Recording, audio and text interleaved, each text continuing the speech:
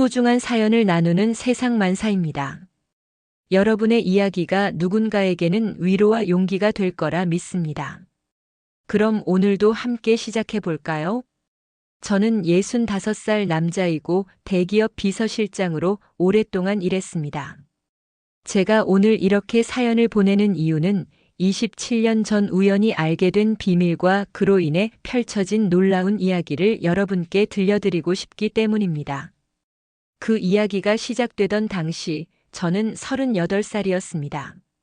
이 비밀을 회장님께 말씀드려야 할지 아니면 영원히 모르는 척 묻어야 할지 도무지 판단이 서질 않습니다. 제가 모시는 분은 동인그룹의 정혜진 회장님입니다.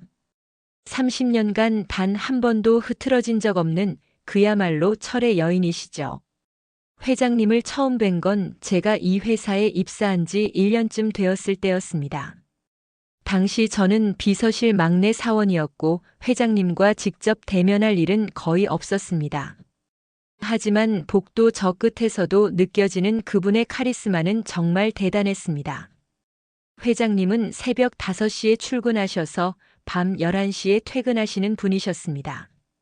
주말에도 회사에 나오셨고 명절에도 단 하루만 쉬셨습니다. 회장님이 웃는 모습을 본 직원은 손에 꼽을 정도였고 임원들조차 회장님 앞에서는 숨소리도 크게 내지 못했습니다. 회의 시간에 단 1분이라도 늦는 임원이 있으면 회장님은 그 사람을 쳐다보지도 않으신 채 회의를 진행하셨습니다. 그리고 회의가 끝난 후 그 임원의 책상에는 어김없이 사직서 양식이 놓여 있었습니다. 저는 그런 회장님 밑에서 일하면서 정말 많은 것을 배웠습니다. 완벽함이 무엇인지, 프로페셔널함이 무엇인지를 몸소 체험했습니다.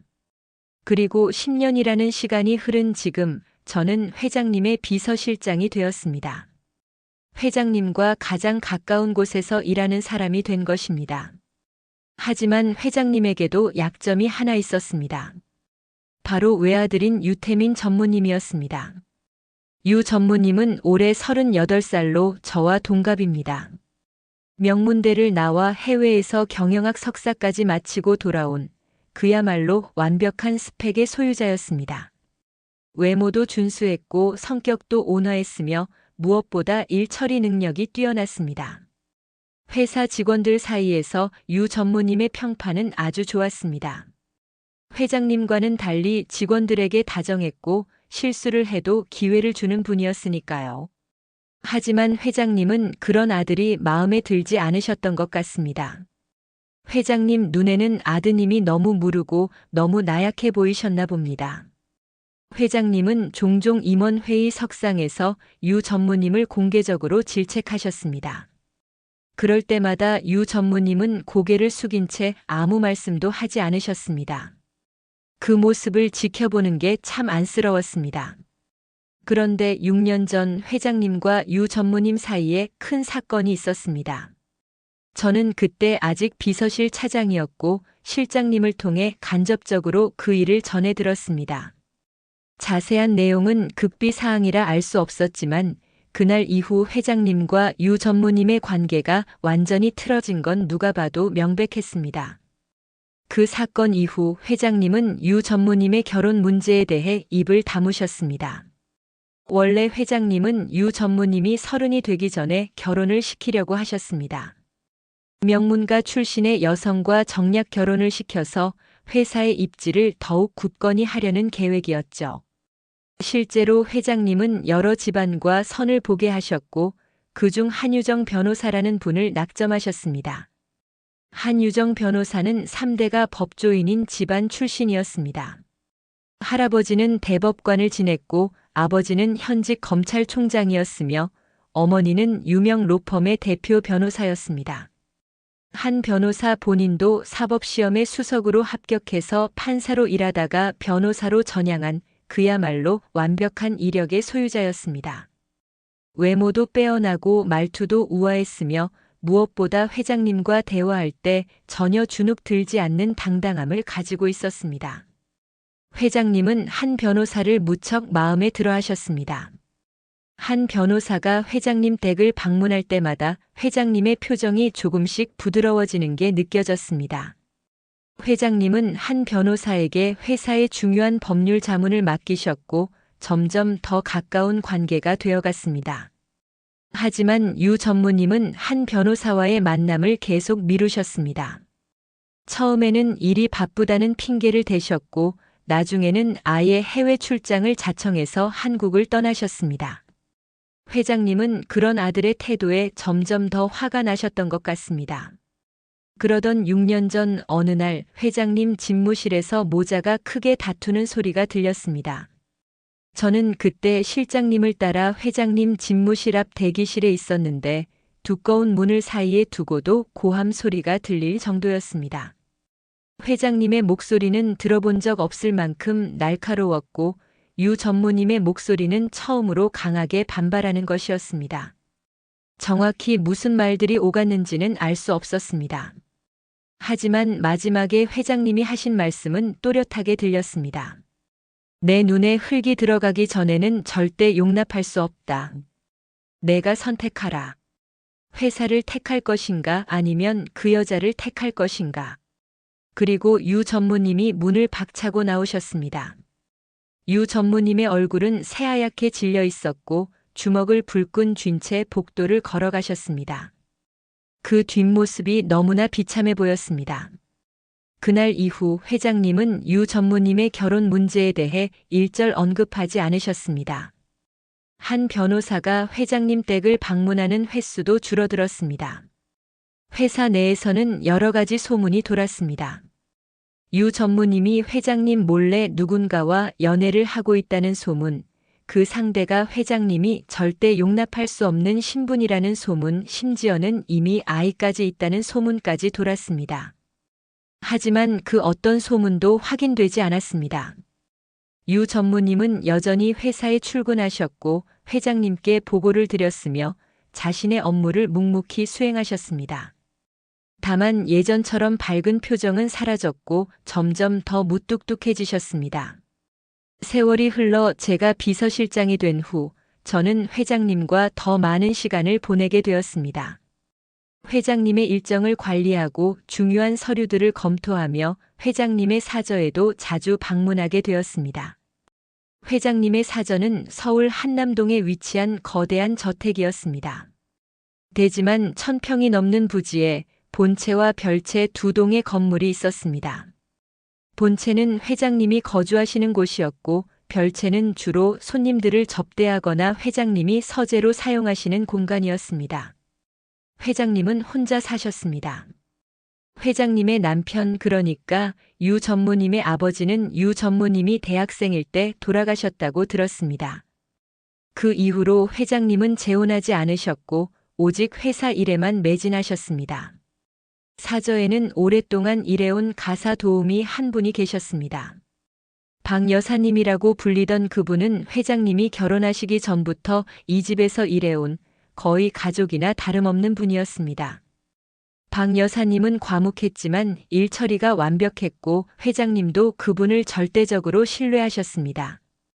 그런데 석 달 전 박 여사님이 건강 문제로 은퇴를 하셨습니다.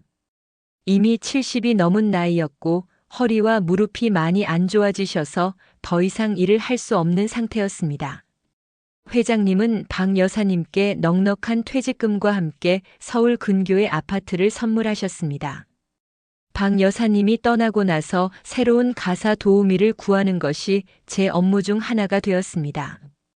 회장님은 새로운 사람을 들이는 것을 몹시 꺼려 하셨습니다. 사람을 믿지 못하시는 성격이었기 때문입니다. 저는 여러 가정부 소개소를 알아보며 적절한 후보자들을 찾았습니다.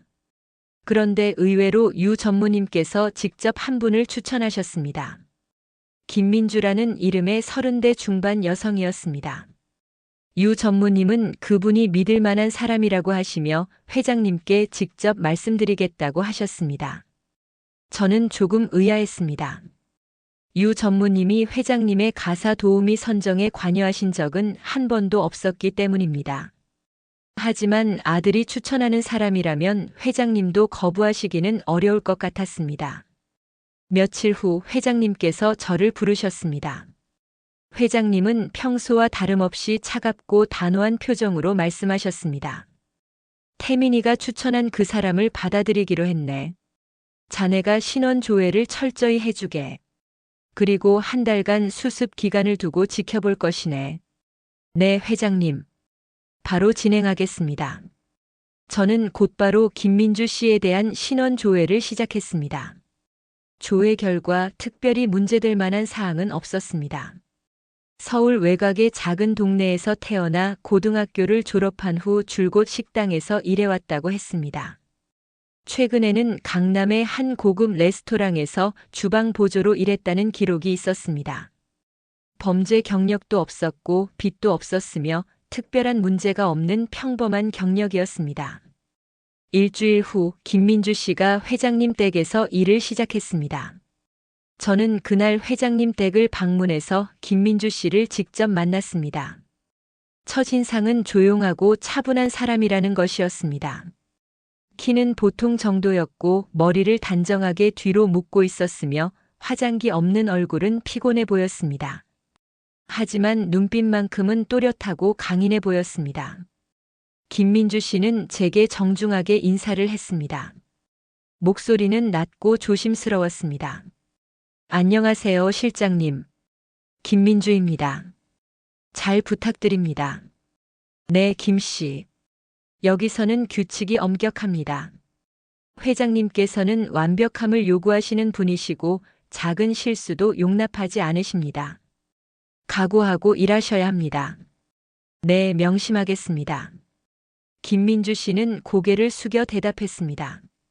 그리고 한 가지 더 말씀드릴 것이 있다며 조심스럽게 입을 열었습니다. 실은 제 조카를 함께 데려와도 될까요? 6살 된 여자아이인데 부모님이 안 계셔서 제가 돌보고 있습니다. 아이를 혼자 둘 수가 없어서요. 아이는 얌전하고 말썽 부리지 않습니다. 별채 작은 방 하나만 쓸 수 있다면 정말 감사하겠습니다. 저는 난감했습니다. 회장님 댁에 어린아이를 들인다는 것은 전례가 없는 일이었습니다. 하지만 김민주 씨의 눈빛에는 간절함이 가득했습니다. 저는 회장님께 여쭤보겠다고 말씀드리고 집무실로 돌아왔습니다. 회장님께 보고를 드렸을 때 예상외로 회장님은 쉽게 허락하셨습니다. 그래, 괜찮네. 어린아이 하나쯤이야. 별채에 방이 남아있으니 거기서 지내게 하게. 감사합니다, 회장님. 저는 놀랐습니다. 평소 회장님 같지 않은 결정이었습니다. 하지만 아마도 유 전무님이 추천한 사람이라서 특별히 배려해 주시는 것이라고 생각했습니다. 며칠 후 김민주 씨가 조카를 데리고 왔습니다. 할인이라는 이름의 6살 여자아이였습니다. 아이는 엄마 손을 꼭 잡고 조심스럽게 저택 안으로 들어왔습니다. 처음 할인이를 봤을 때의 느낌을 아직도 생생히 기억합니다. 아이는 작고 깡마른 체구였지만 눈만큼은 유난히 크고 또렷했습니다. 까만 머리카락을 양갈래로 묶고 있었고 낡은 원피스를 입고 있었습니다. 아이는 저를 올려다보며 또박또박 인사했습니다. 안녕하세요. 저는 이할인이에요. 6살이에요. 그래, 할인이구나. 반갑다. 여기서 조용히 잘 지내야 한다, 알겠지? 네, 알아요. 저 조용히 할 수 있어요. 그림 그리는 것도 좋아하고 책 읽는 것도 좋아해요. 아이의 말투는 6살 치고는 또박또박하고 정확했습니다. 그리고 무엇보다 눈빛이 똑똑해 보였습니다. 저는 이 아이가 별 문제를 일으키지 않을 것이라고 생각했습니다. 김민주 씨와 할인이는 별채의 작은 방에서 지내기 시작했습니다. 김민주 씨는 새벽부터 밤늦게까지 일했고 할인이는 낮 동안 별채에서 혼자 시간을 보냈습니다. 아이는 정말 조용했습니다. 울지도 않았고 떼를 쓰지도 않았으며 심지어 별채 밖으로 나오는 일도 거의 없었습니다. 일주일쯤 지났을 때 회장님께서 김민주 씨의 일솜씨에 만족하신다는 말씀을 하셨습니다. 청소도 완벽했고 식사 준비도 훌륭했으며 무엇보다 조용하고 눈치가 빠르다는 평가였습니다. 저는 안도했습니다. 유 전무님이 추천하신 분이 잘 적응해서 다행이라고 생각했습니다. 그런데 2주일쯤 지났을 때 조금 이상한 일이 생겼습니다. 어느 날 오후 저는 회장님 댁에 중요한 서류를 전달하러 갔습니다. 본체 현관으로 들어서는데 정원에서 작은 목소리가 들렸습니다. 고개를 돌려보니 할인이가 정원 구석의 벤치에 앉아 있었습니다. 아이는 무릎 위에 공책을 펼쳐놓고 무언가를 열심히 쓰고 있었습니다. 저는 호기심이 생겨서 조용히 다가갔습니다. 아이는 제가 다가오는 것도 모르고 중얼거리며 숫자를 쓰고 있었습니다. 1 더하기 1은 2, 2 더하기 2는 4, 4 더하기 4는 8, 8 더하기 8은 16. 저는 놀랐습니다. 6살짜리가 덧셈을 하고 있다는 것도 신기했지만 아이가 이렇게 큰 수까지 계산한다는 것이 더 놀라웠습니다. 저는 아이 옆에 앉으며 물었습니다. 할인아, 넌 수학을 좋아하니? 아이는 고개를 들어 저를 보더니 방긋 웃었습니다. 네, 숫자가 제일 좋아요. 숫자는 거짓말을 안 해요. 항상 답이 똑같잖아요. 그 말을 들은 순간 저는 묘한 느낌이 들었습니다. 6살 아이가 할 만한 말이 아니었기 때문입니다. 하지만 저는 그저 똑똑한 아이구나 하고 생각했습니다. 공부를 많이 하는구나. 누가 가르쳐 줬니? 할인이는 고개를 갸우뚱하며 대답했습니다. 아무도 안 가르쳐 줬어요. 그냥 혼자 생각하면 답이 나와요. 숫자들이 제게 말을 걸어주는 것 같아요. 저는 미소를 지었습니다. 아이다운 표현이라고 생각했습니다. 저는 아이의 머리를 쓰다듬으며 말했습니다. 그래, 열심히 공부해라. 나중에 크면 훌륭한 사람이 될 거야. 네, 고맙습니다. 그 일이 있고 며칠 후 회장님께서 저를 부르셨습니다. 회장님은 평소처럼 서재에서 서류를 검토하고 계셨습니다. 저는 인사를 드리고 회장님 앞에 섰습니다. 실장, 김민주 씨 조카 말일세. 네, 회장님. 할인이요? 그래, 그 아이. 내가 며칠 전에 정원에서 우연히 봤는데 혼자서 수학 공부를 하고 있더군. 신기해서 물어봤더니 제법 또또하게 대답하더이. 6살 치고는 영특한 것 같네. 네, 저도 그렇게 느꼈습니다. 그 아이가 별채에만 있는 것도 안쓰럽고 앞으로는 본체로 자유롭게 오갈 수 있게 해주게. 정원에서 놀아도 좋고. 어차피 이 넓은 집에 나 혼자 사는데 아이 하나쯤 있으면 활기가 생길 것 같네. 저는 깜짝 놀랐습니다. 회장님께서 이런 말씀을 하시다니. 회장님은 평소 아이들을 별로 좋아하지 않으셨습니다. 회사 직원들이 아이를 데리고 오면 불편해하셨고 심지어 유 전무님이 어렸을 때도 엄격하게 대하셨다고 들었습니다. 그런 회장님이 할인이에게만큼은 특별히 관대하셨습니다. 알겠습니다, 회장님. 김민주 씨에게 전달하겠습니다. 그 후로 할인이는 본체와 별체를 자유롭게 오가며 지냈습니다. 아이는 여전히 조용했지만 가끔 정원에서 놀거나 본체 거실에서 그림을 그리기도 했습니다. 회장님은 일부러 할인이와 대화를 나누려고 하시지는 않았지만 아이가 있는 것을 불편해하지도 않으셨습니다. 한 달이 지나고 김민주 씨는 정식으로 고용되었습니다. 일 처리도 완벽했고 회장님도 만족하셨으며 할인이도 아무 문제를 일으키지 않았습니다. 저는 이제 이 일이 잘 마무리되었다고 생각했습니다. 그런데 2달쯤 지났을 때 한유정 변호사가 회장님 댁을 방문했습니다. 6년 만에 처음 있는 일이었습니다. 회장님께서 직접 한 변호사를 초대하셨다고 했습니다. 저는 그날도 중요한 서류를 가지고 회장님 댁을 방문했습니다. 현관으로 들어서니 거실에서 회장님과 한 변호사가 차를 마시며 대화를 나누고 계셨습니다.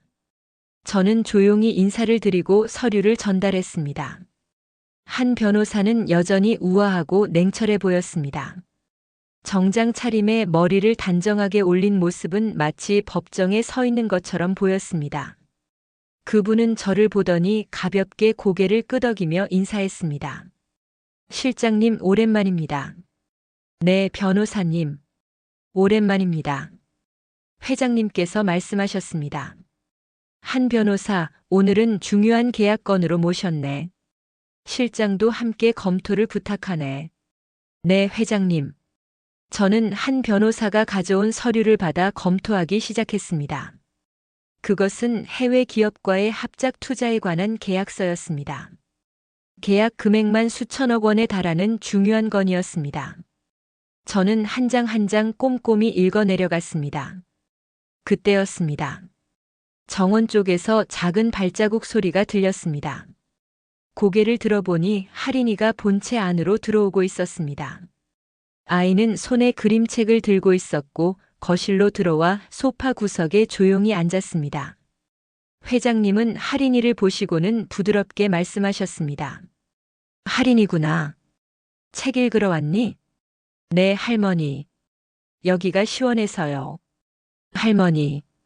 할인이는 회장님을 그렇게 부르고 있었습니다. 회장님께서 허락하셨다는 뜻이었습니다. 저는 또 한 번 놀랐습니다. 한 변호사는 할인이를 보더니 눈썹을 살짝 치켜 올렸습니다. 회장님, 이 아이는 누구입니까? 새로 들어온 가사 도우미의 조카라네. 6살이지. 그렇군요. 한 변호사의 목소리에는 묘한 감정이 섞여 있었습니다. 저는 그것이 무엇인지 정확히 알 수 없었지만 불편함 같은 것이었습니다. 저희는 다시 계약서 검토에 집중했습니다. 한 변호사가 조항들을 하나씩 설명했고 회장님께서 질문을 하셨으며 저는 메모를 했습니다. 그 과정에서 저는 한 가지 이상한 점을 발견했습니다. 계약서의 한 조항에 투자 금액이 명시되어 있었는데 그 금액이 앞에서 언급된 금액과 달랐습니다. 90억 원이라고 써야 할 곳에 9억 원이라고 적혀 있었습니다.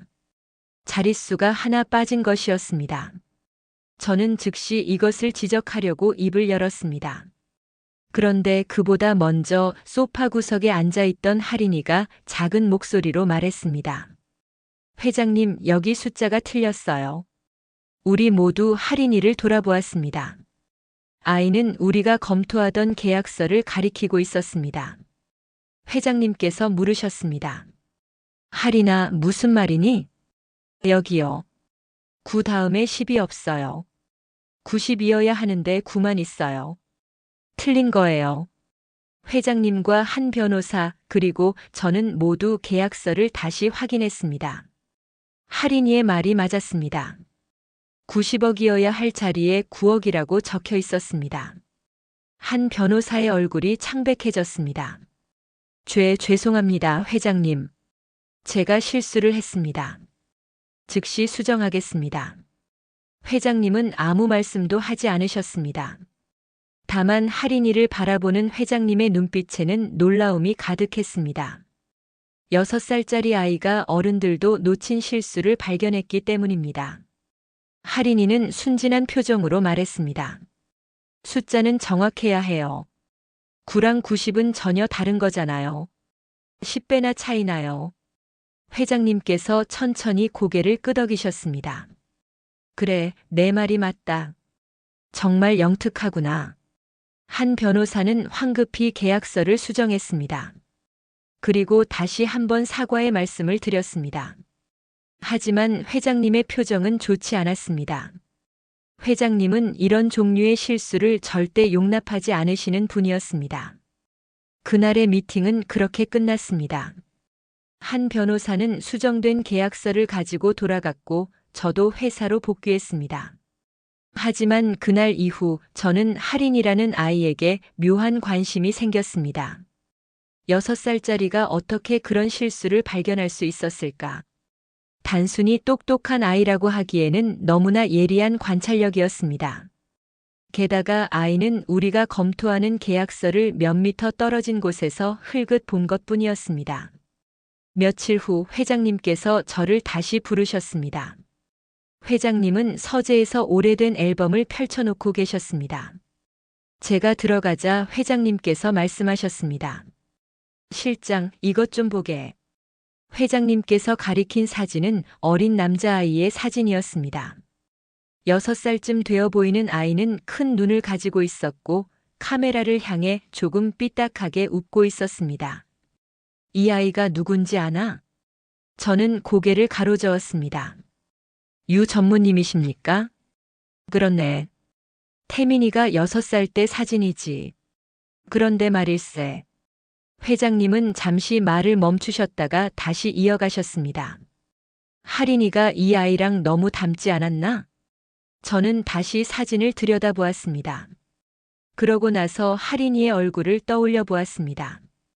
솔직히 말하면 확실히 닮은 구석이 있었습니다. 큰 눈, 또렷한 이목구비, 그리고 무엇보다 눈빛. 똑똑하고 호기심 가득한 그 눈빛이 놀라울 정도로 비슷했습니다.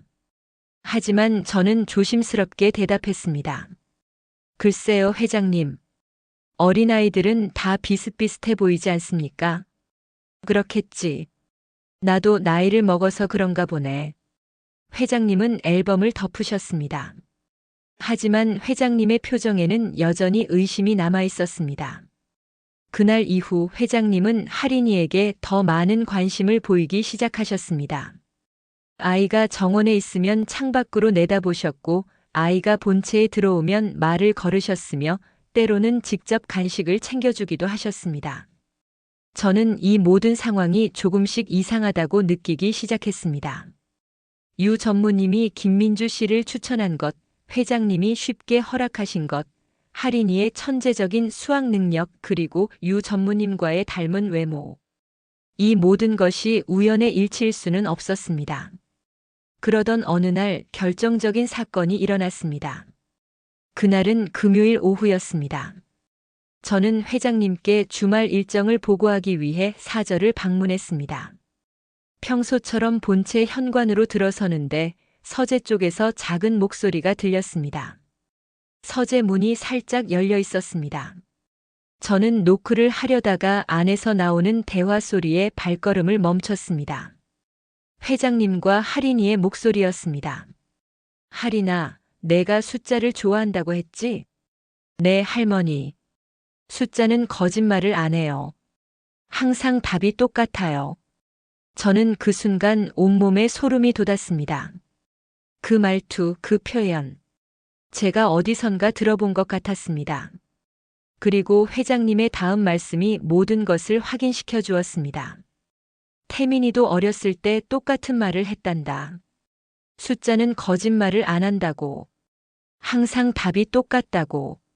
저는 그 자리에 얼어붙었습니다. 회장님의 목소리에는 확신이 담겨 있었습니다.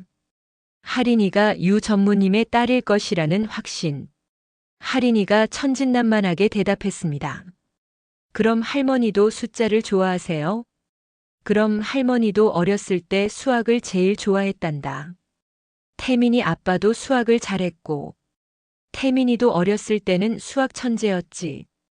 그런데 할머니는 왜 제 아빠 얘기를 하세요? 그 말에 서재 안이 조용해졌습니다. 저는 숨소리도 내지 않고 문 밖에 서 있었습니다. 회장님께서 천천히 말씀하셨습니다. 할인아, 내 아빠는 누구시니? 저는 아빠 없어요. 이모가 저를 키워요. 이모? 김민주 씨가 내 이모라고. 네. 엄마는 제가 태어나자마자 돌아가셨어요. 이모가 그렇게 말씀하셨어요. 그렇구나. 회장님의 목소리는 침착했지만 그 안에는 격한 감정이 숨어 있었습니다. 저는 더 이상 듣지 못하고 조용히 현관을 나왔습니다. 제 심장이 미친 듯이 뛰고 있었습니다. 방금 들은 대화는 제가 상상하던 것보다 훨씬 더 복잡한 진실을 암시하고 있었습니다. 김민주 씨는 할인이의 이모라고 했습니다. 그렇다면 할인이의 진짜 엄마는 누구일까요? 그리고 아빠는? 혹시 정말로 유 전무님이 할인이의 아버지일까요? 저는 회사로 돌아와 곧바로 유 전무님의 과거를 조사하기 시작했습니다. 물론 조심스럽게 아무도 눈치채지 못하게. 저는 인사팀에 있는 후배를 통해 유 전무님의 인사 기록을 확인했습니다. 6년 전 유 전무님은 한 달간 해외 출장을 다녀오셨습니다. 그리고 그 후로 석 달간 휴가를 내셨습니다. 병가라고 기록되어 있었지만 실제로 어떤 병원에 입원하셨는지에 대한 기록은 없었습니다. 저는 더 깊이 파고들었습니다. 유 전무님의 신용카드 사용 내역을 확인할 수는 없었지만 그 시기에 유 전무님이 자주 방문하셨던 장소에 대한 소문은 들을 수 있었습니다. 강남의 한 고급 레스토랑. 바로 김민주 씨가 일했다는 그 레스토랑이었습니다. 퍼즐 조각들이 맞춰지기 시작했습니다. 유 전무님이 그 레스토랑에서 누군가를 만났습니다. 그 사람이 할인이의 엄마였을 것입니다. 그리고 그 여성이 임신을 했고 출산 후 사망했습니다. 그 여성의 동생이 바로 김민주 씨, 강서영이었을 것입니다. 하지만 여전히 의문이 남았습니다. 왜 유 전무님은 이 모든 것을 숨겼을까요? 왜 할인이를 정식으로 인정하지 않으셨을까요? 그리고 왜 지금에 와서 김민주 씨와 할인이를 회장님 댁에 들이신 걸까요? 답은 하나였습니다. 회장님 때문이었습니다. 6년 전 회장님께서 거부하셨기 때문에 유 전무님은 할인이의 존재를 숨길 수밖에 없었던 것입니다. 그렇다면 지금은 왜일까요? 왜 이렇게 위험한 도박을 하시는 걸까요? 며칠 동안 저는 이 문제로 골머리를 앓았습니다. 저는 회장님께 이 사실을 보고해야 할지 아니면 유 전무님께 먼저 이야기를 해야 할지 결정을 내리지 못했습니다. 그러던 어느 날 밤 제 휴대전화가 울렸습니다. 유 전무님이었습니다. 실장님, 죄송하지만 지금 시간 좀 되십니까? 할 말씀이 있어서요. 네, 전무님. 지금 어디 계십니까? 회사 근처 카페에 있습니다. 10분 후에 오실 수 있으실까요? 알겠습니다. 곧 가겠습니다. 저는 서둘러 옷을 입고 카페로 향했습니다. 유 전무님은 카페 구석 자리에 앉아 계셨습니다. 평소와 달리 피곤해 보이셨고 넥타이도 풀어 헤친 상태였습니다. 전무님, 무슨 일이십니까? 유 전무님은 커피를 한 모금 마시고 나서 천천히 입을 여셨습니다. 실장님도 눈치채셨을 거라고 생각합니다. 할인이 말입니다. 네. 저는 짧게 대답했습니다. 유 전무님은 쓸쓸하게 웃으셨습니다. 감추려고 했지만 역시 안 되는군요. 할인이는 제 딸입니다. 그 말을 들은 순간 저는 안도감과 동시에 무거운 책임감을 느꼈습니다. 추측이 확인된 것입니다. 김민주 씨는요? 할인이 이모입니다. 진짜 이모죠. 할인이 엄마인 서영이의 동생입니다. 서영 씨는요? 6년 전에 돌아가셨습니다. 할인이를 낳다가 대량 출혈로. 제가 아무리 좋은 병원을 알아봤지만 소용없었습니다. 유 전무님의 목소리가 떨렸습니다. 6년이 지났지만 여전히 그 상처는 아물지 않은 것 같았습니다. 그래서 지금까지 숨기신 겁니까? 어머니께서 절대 용납하지 않으실 거라고 확신했습니다. 서영이는 고급 레스토랑 주방 보조였습니다. 학벌도 없었고 집안 배경도 없었죠. 어머니께서 원하시던 며느리 감과는 정반대였습니다. 하지만 6년 전 어머니께 말씀드리려고 하셨지 않습니까? 그때는 서영이가 임신한 사실을 알고 용기를 냈었습니다. 어머니께 솔직하게 말씀드리면 이해해 주실 거라고 믿었죠. 하지만 어머니의 반응은 제 예상보다 훨씬 더 차가웠습니다. 유 전무님은 고개를 떨구셨습니다. 어머니는 제게 선택하라고 하셨습니다. 회사를 택할 것인지 서영이를 택할 것인지. 저는 비겁하게도 대답을 하지 못했습니다. 그 사이 서영이는 혼자서 출산 준비를 했고 결국 출산 중에 돌아가셨습니다. 제가 병원에 도착했을 때는 이미 늦었습니다. 저는 아무 말도 할 수 없었습니다. 유 전무님의 고통이 얼마나 깊은지 느껴졌기 때문입니다. 그 후로 저는 할인이를 민주와 함께 키워왔습니다. 물론 비밀이에요. 민주는 서영이의 친동생이고 언니가 죽은 후 조카를 자기 손으로 키우겠다고 했습니다. 저는 경제적으로 지원했지만 할인이 곁에 자주 있어주지는 못했습니다. 어머니 눈을 피해야 했으니까요. 그런데 왜 지금 어머니 댁에 들이신 겁니까? 너무 위험한 일 아닙니까? 유 전무님은 고개를 들어 저를 똑바로 바라보셨습니다. 할인이가 이제 6살입니다. 학교에 가야 할 나이가 되었죠. 하지만 민주는 경제적으로 어려워서 할인이에게 제대로 된 교육을 시켜줄 수가 없습니다. 저는 제 딸이 가난하게 자라는 것을 더 이상 보고만 있을 수가 없었습니다. 그래서 회장님 댁에 어차피 들킬 거라면 차라리 제가 선택한 방식으로 들키고 싶었습니다. 어머니께서 할인이를 직접 만나보시면 어쩌면 생각이 바뀌실지도 모른다고 생각했습니다. 할인이는 정말 똑똑하고 착한 아이니까요. 너무 큰 도박이십니다, 전무님. 알고 있습니다. 하지만 이것 말고는 방법이 없었습니다. 저는 한숨을 쉬었습니다. 유 전무님의 심정을 이해할 수는 있었지만 이것은 정말 위험한 계획이었습니다. 회장님께서는 이미 눈치채신 것 같습니다. 네, 저도 알고 있습니다. 어머니께서 할인이를 유심히 지켜보시는 것을 느꼈습니다. 며칠 전에는 제 어렸을 때 사진을 꺼내 보시더군요. 그럼 이제 어떻게 하실 겁니까?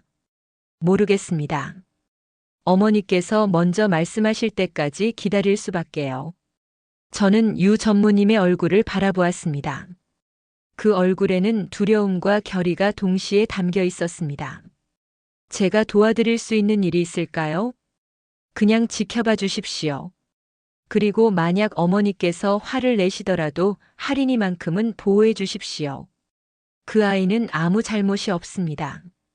알겠습니다, 전무님. 그날 밤 저는 집으로 돌아왔지만 잠을 이룰 수 없었습니다. 제가 알게 된 이 비밀을 어떻게 해야 할지 고민이 되었습니다. 회장님께 보고를 해야 할까요? 하지만 유 전무님은 회장님께서 먼저 말씀하실 때까지 기다리겠다고 하셨습니다. 저도 기다려야 할까요? 다음 날 저는 평소처럼 회사에 출근했습니다. 하지만 오전 10시쯤 회장님께서 긴급하게 저를 부르셨습니다. 회장님 사저로 바로 오라는 것이었습니다. 저는 급히 차를 몰고 사저로 향했습니다. 무슨 일이 생긴 걸까요? 혹시 회장님께서 진실을 알아내신 걸까요? 사저에 도착하자 회장님께서는 서재에 계셨습니다. 하지만 평소와 달리 서류를 보고 계시는 것이 아니라 창밖을 내다보고 계셨습니다. 회장님의 뒷모습이 외로워 보였습니다. 회장님 부르셨습니까? 회장님께서 천천히 돌아서셨습니다. 그 얼굴에는 피곤함이 역력했습니다. 실장, 자네에게 부탁할 일이 있네. 네, 말씀하십시오. 김민주와 할인이에 대해 철저하게 조사해주게. 신원, 배경, 유 전무와의 관계까지 모든 것을 말일세. 저는 예상했던 말이었지만 실제로 듣게 되니 가슴이 철렁 내려앉았습니다. 네, 알겠습니다. 그리고 조용히 진행해주게. 아무도 눈치채지 못하게. 네, 회장님. 저는 회장님의 지시를 받고 서재를 나왔습니다. 복도를 걷는데 정원에서 할인이의 웃음소리가 들렸습니다. 아이는 꽃을 보며 즐거워하고 있었습니다. 저 아이는 자신을 둘러싼 어른들의 복잡한 사정을 전혀 모르고 있었습니다. 저는 한숨을 쉬며 조사를 시작했습니다. 물론 저는 이미 대부분의 진실을 알고 있었습니다. 하지만 회장님께서는 정확한 증거를 원하실 것입니다. 저는 사설 탐정을 고용했습니다. 회사와 관련 없는 완전히 독립적인 탐정이었습니다. 일주일이 지났습니다. 탐정으로부터 보고서가 도착했습니다. 보고서에는 모든 것이 담겨 있었습니다. 김민주의 본명은 강민주였고 그녀의 언니 강서영은 6년 전 출산 중 사망했습니다. 서영과 유 전무님의 관계, 할인이의 출생 기록, 심지어 유 전무님이 할인이를 위해 매달 송금한 금액까지 모든 것이 기록되어 있었습니다. 가장 결정적인 증거는 할인이의 혈액형과 유 전무님의 혈액형이 부합한다는 사실이었습니다. 물론 유전자 검사를 한 것은 아니었지만 정황상 할인이가 유 전무님의 딸이라는 것은 명백했습니다. 저는 보고서를 들고 회장님을 찾아뵈었습니다. 회장님은 서재에서 저를 기다리고 계셨습니다. 회장님, 조사 결과입니다. 저는 조심스럽게 보고서를 회장님 책상 위에 올려놓았습니다. 회장님께서는 보고서를 펼쳐 읽기 시작하셨습니다. 회장님의 표정은 변하지 않았습니다. 한 장 한 장 넘기며 읽어 내려가시는 동안 저는 숨도 크게 쉬지 못하고 서 있었습니다. 긴 침묵이 흘렀습니다. 회장님께서 보고서를 다 읽고 나서 천천히 입을 여셨습니다. 역시 그랬군. 회장님의 목소리는 침착했습니다. 하지만 그 안에는 깊은 실망과 분노가 숨어 있었습니다. 할인이가 태민이의 딸이라는 것은 예상했네. 하지만 이렇게까지 오랫동안 숨겨왔다니. 회장님께서는 의자에 깊이 기대앉으셨습니다. 그리고 한참 동안 천장을 바라보셨습니다. 6년 전에 내가 반대했을 때 태민이는 순순히 포기하는 줄 알았네. 하지만 그 아이는 나를 속이고 있었던 거군. 회장님, 실장, 자네는 어떻게 생각하나? 내가 너무 엄격했나? 저는 잠시 망설였습니다. 회장님께 솔직한 의견을 말씀드려도 될까요? 하지만 회장님의 눈빛을 보니 진심으로 제 의견을 듣고 싶어 하시는 것 같았습니다. 회장님, 제 생각을 말씀드려도 될까요? 그래, 말해보게. 전무님께서는 회장님을 속인 것이 아닙니다. 다만 회장님께서 절대 받아들이지 않으실 것을 알았기에 숨길 수밖에 없었던 것입니다. 그리고 할인이는 정말 아무 잘못이 없는 아이입니다. 회장님께서는 고개를 끄덕이셨습니다. 그건 나도 안다. 할인이는 똑똑하고 착한 아이지. 내가 어린 시절을 떠올리게 하고 태민이의 어렸을 때를 생각나게 하는구나. 그렇다면. 하지만 원칙은 원칙이야. 내가 동인 그룹을 이끌어온 30년 동안 나는 한 번도 원칙을 어긴 적이 없네. 개인적인 감정이나 상황에 휘둘려서는 안 된다고 믿어왔지. 저는 더 이상 말을 할 수 없었습니다. 회장님의 신념은 너무나 확고했고 그것을 바꾸기란 불가능해 보였습니다. 김민주와 할인이를 내보내겠네. 그리고 태민이와도 이야기를 해야겠어. 회장님, 이것이 최선일세. 회장님의 목소리는 차갑고 단호했습니다. 저는 더 이상 아무 말도 할 수 없었습니다. 그날 저녁 저는 유 전무님께 전화를 드렸습니다. 회장님께서 진실을 아셨고 곧 조치를 취하실 거라고 말씀드렸습니다. 유 전무님은 한동안 말이 없으시더니 작게 한숨을 쉬셨습니다. 알겠습니다. 예상했던 일입니다. 전무님 죄송합니다. 아닙니다. 실장님 잘못이 아닙니다. 제가 무리한 계획을 세운 것이죠. 전화를 끊고 나서 저는 무거운 마음으로 집으로 돌아왔습니다. 이 일이 어떻게 끝날지 걱정이 되었습니다. 이틀 후 회장님께서 유 전무님을 부르셨습니다. 저도 배석하라는 지시를 받았습니다. 회장님 사저 서재에서 만남이 이루어졌습니다. 유 전무님이 서재로 들어오셨을 때 회장님은 창밖을 보고 계셨습니다. 유 전무님은 회장님 앞에 서서 말씀하셨습니다. 어머니 부르셨습니까? 회장님께서 천천히 돌아서셨습니다. 모자가 마주본 순간 공기가 얼어붙는 것 같았습니다. 할인이 말일세. 네. 그 아이가 내 딸이지? 유 전무님은 잠시 망설이셨지만 곧 고개를 끄덕이셨습니다. 네, 맞습니다. 6년 전 내가 반대했을 때 너는 포기한 줄 알았어. 포기하지 않았습니다. 다만 어머니께 들키지 않게 조심했을 뿐입니다. 나를 속였구나. 유 전무님의 얼굴이 굳어졌습니다. 어머니께서 절대 받아들이지 않으실 것을 알았기 때문입니다. 하지만 저는 제 딸을 포기할 수 없었습니다. 그 여자는 어디 있나? 할인이 엄마 말이야. 돌아가셨습니다. 할인이를 낳다가 출산 중 대량 출혈로 사망했습니다. 회장님의 표정이 조금 흔들렸습니다. 하지만 곧 다시 차가운 표정으로 돌아왔습니다. 그래서 6년 동안 그 아이를 숨겨 키웠단 말이지? 네. 민주, 그러니까 서영이의 동생과 함께요. 그리고 지금 와서 내 집에 들여보낸 이유는 뭔가? 유 전무님은 회장님을 똑바로 바라보며 대답하셨습니다. 할인이에게 제대로 된 환경을 만들어주고 싶었습니다. 그리고 어머니께 제 딸을 소개하고 싶었습니다. 내 허락도 없이? 허락을 구하면 거절하실 것이 뻔했으니까요. 회장님의 얼굴이 붉어졌습니다. 화가 나신 것이었습니다. 건방지구나. 내가 언제부터 이렇게 오만해졌나? 오만한 것이 아닙니다. 저는 단지 제 딸의 아버지로서 당연한 일을 하고 있을 뿐입니다. 당연한 일?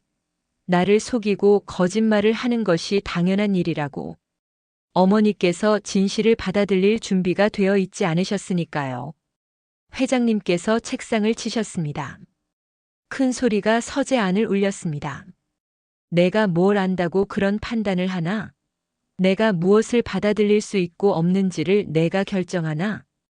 유 전무님은 고개를 숙이지 않으셨습니다. 오히려 더 당당하게 서 계셨습니다. 6년 전 어머니의 반응을 기억합니다. 어머니께서는 저에게 선택하라고 하셨습니다. 회사를 택하든지 서영이를 택하든지. 어머니께는 그 둘이 양립할 수 없는 것이었습니다. 그래서 저는 둘 다 포기하지 않기로 했습니다. 회사도 지키고 제 딸도 지키기로요. 회장님께서 잠시 말문이 막히셨습니다. 유 전무님의 단호한 태도에 놀라신 것 같았습니다. 내가 언제부터 이렇게 강해졌나? 강해진 것이 아닙니다. 지킬 것이 생긴 것뿐입니다. 회장님께서 한숨을 쉬셨습니다. 그리고 다시 창밖을 바라보셨습니다. 김민주와 할인이를 내보내겠다. 안 됩니다. 유 전무님의 목소리가 높아졌습니다. 할인이는 이제 여기에 적응했습니다. 아이는 어머니를 좋아하고 어머니도 아이를 좋아하시지 않습니까? 그것과 이것은 다른 문제야. 왜 다릅니까? 어머니께서 할인이를 좋아하신다면 그 아이가 제 딸이라는 사실이 뭐가 문제입니까?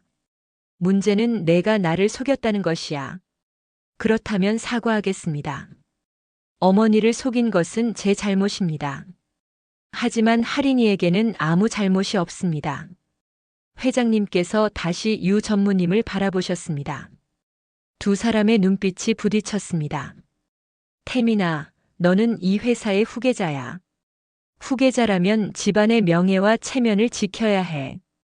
신분이 확실하지 않은 여자와의 사이에서 낳은 아이를 공개적으로 인정한다는 것은 신분이 확실하지 않다고요? 유 전무님의 목소리가 떨렸습니다. 서영이는 평범한 사람이었습니다. 하지만 착하고 성실했습니다. 제가 힘들 때 저를 지지해줬고 제가 약할 때 저를 강하게 만들어줬습니다. 그 사람이 가난했다는 이유로 학벌이 없다는 이유로 깎아내리지 마십시오. 나는 그 여자를 깎아내리는 것이 아니야. 다만 현실을 말하는 것뿐이지. 현실?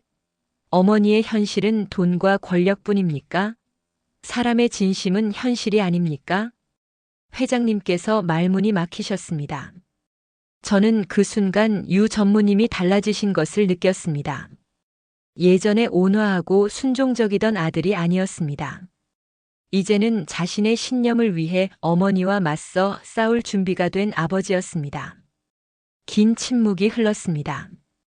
회장님께서 천천히 입을 여셨습니다. 내일까지 김민주와 할인이를 데리고 나가라. 싫습니다. 이건 명령이야. 저는 거부합니다. 회장님의 눈빛이 날카로워졌습니다. 내가 거부한다고? 이 집은 내 집이고 나는 원치 않는 사람을 들릴 의무가 없어. 할인이는 어머니의 손녀입니다. 원치 않는 사람이 아닙니다. 나는 인정하지 않아. 그렇다면 저도 이 집을 나가겠습니다. 유 전무님의 선언에 회장님께서 얼어붙으셨습니다. 뭐라고? 저는 할인이를 데리고 이 집을 나가겠습니다. 그리고 회사도 그만두겠습니다. 너 지금 협박하는 거니? 협박이 아닙니다. 선택입니다. 6년 전 어머니께서 저에게 선택하라고 하셨듯이 이제 어머니께서 선택하실 차례입니다. 저를 택하실 건지 원칙을 택하실 건지. 회장님께서 책상을 다시 치셨습니다. 나가라. 당장 나가. 알겠습니다. 유 전무님은 고개를 숙여 인사하시고 서재를 나가셨습니다. 저는 어찌할 바를 모르고 그 자리에 서 있었습니다. 회장님께서는 의자에 주저앉으시며 고개를 떨구셨습니다. 그 모습이 너무나 지쳐 보였습니다. 실장, 자네도 나가게. 네, 회장님. 저는 조용히 서재를 나왔습니다. 복도를 걸어가는데 가슴이 답답했습니다. 이 일이 이렇게 나쁘게 끝날 줄은 몰랐습니다. 다음 날 유 전무님은 정말로 회사에 사직서를 제출하셨습니다. 회사 전체가 발칵 뒤집혔습니다. 후계자로 지목받던 유 전무님이 갑자기 사직한다는 소식에 모두가 혼란스러워했습니다. 저는 급히 유 전무님을 찾아뵈었습니다. 전무님, 정말 그만두실 겁니까? 네, 결심했습니다. 하지만 회사는 어떻게 하실 겁니까? 전무님께서 짊어지신 프로젝트들은 다른 사람이 이어받겠죠. 저보다 유능한 사람들이 많습니다. 회장님께서는 뭐라고 하셨습니까? 아무 말씀도 안 하셨습니다. 제 사직서를 받으시고 그냥 책상 위에 올려두셨습니다. 전무님, 실장님, 저는 더 이상 어머니의 기대에 부응하며 살 수 없습니다. 저에게는 지켜야 할 딸이 있습니다. 할인이가 떳떳하게 아버지를 아빠라고 부를 수 있는 환경을 만들어주고 싶습니다. 저는 유 전무님의 결심이 확고하다는 것을 알 수 있었습니다. 더 이상 말리지 않았습니다. 며칠 후 김민주 씨와 할인이가 회장님 댁을 떠날 준비를 하고 있었습니다. 저는 그 모습을 지켜보고 있었습니다. 할인이는 작은 가방에 자신의 물건들을 챙기고 있었습니다. 그림책 몇 권과 공책, 연필들이 전부였습니다. 아이는 눈물을 글썽이며 별채 방을 둘러보고 있었습니다. 이모, 우리 왜 가야 돼요? 저 여기 좋은데. 할인아, 우리 이제 새로운 곳으로 가야 해. 거기가 더 좋을 거야. 하지만 할머니는요? 할머니한테 인사도 못 드리고 가요? 김민주 씨의 눈에도 눈물이 맺혔습니다. 할머니께서는 바쁘셔. 나중에 인사드리자. 그때였습니다.